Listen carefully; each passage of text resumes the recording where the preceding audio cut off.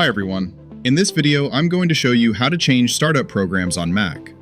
The first method is using the System Settings. Go to the Apple menu in the top left corner and select System Settings. In here, go to General.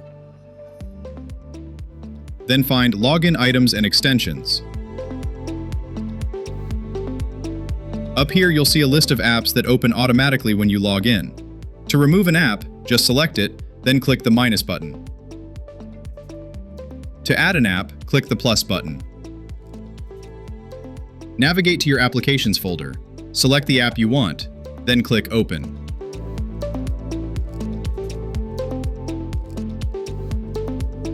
Also, inside this Login Items and Extensions section, pay attention to Allow in the background. These are the apps permitted to run in the background.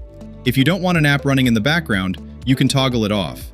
When you do this, you might need to enter your Mac password. Then click Modify Settings. Now that app won't be allowed to run in the background.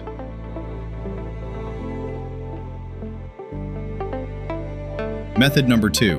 When you have an app open, you can right-click its icon in the dock. Hover over Options and check Open at Login. Now that app will start up with your Mac. To stop it, just do the same thing and uncheck Open at Login. And you're done. One thing to note, apps like antivirus software, VPNs, or cloud sync tools.